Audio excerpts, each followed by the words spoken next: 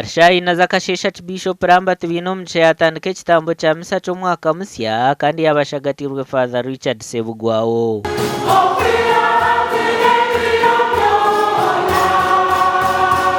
Arikwegyesa yahiga abanya-Uganda okureba ngo bashabira obusingye omu ihanga okurigirira aha bariho ipapa ahandikire. Mbarara ya papa yahandikire ahandikire eki eky'okushabira obusingye omu nsi agamba aha bintu bimwe endwara ya covid abanya-Uganda tubaza okwongeraho n'endwara ya Ebola, entaro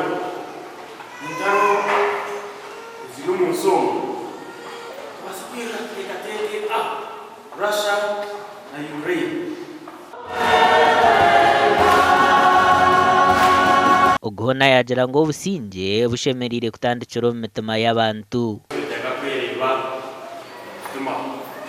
Aho kwentaro zikwimukiraho nzirikira omu mitima y'abantu nabwe ekyo eizoba abantu shabire ensi obusingye itwe tweshabire obusingye omu mitima yitu.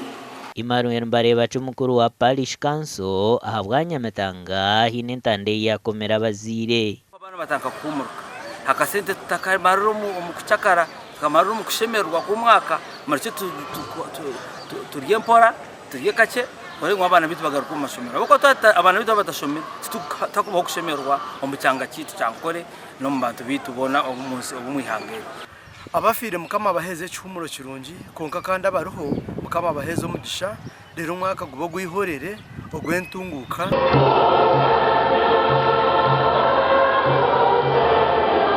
Omuganda makuru twazo muri Kagada bikiriza bashabwo kwebemberamo omurimo gwo kurwanisa obutabanguko omu maka hamwe no kurwanisa ebyokushisha ebishara omu mwaka ogwo gw'2023. Byumere tutukyalya nansonzi ebitiro nabagitemere tubiyale endi namudongenge ebijuma ebyo ebivwakedo ebijaka emiyembe abantu atu bageno bajajja babo tubakusanga emiyembe. Monsignor Peter Kaberengoro Episcopo Vika wa Vicariate ya Kagadi kandi orugana mukuru owekereze ya St Mary Catholic Parish nuwe yakora okushaba oku obu yabayebembiremu ekitambo kya misa eyo kwakira omwaka gw'2023.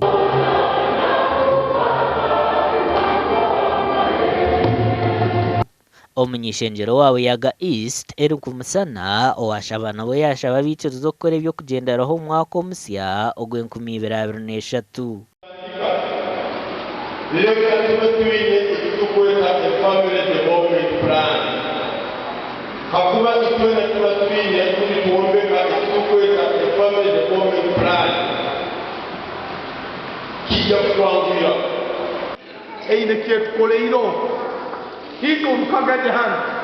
We have reasons to see my government.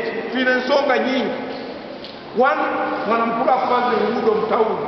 Zili kurungi. Zikawa zeita. Bato mwaka guntu kuchaguza. Habukuwa ziko zileki.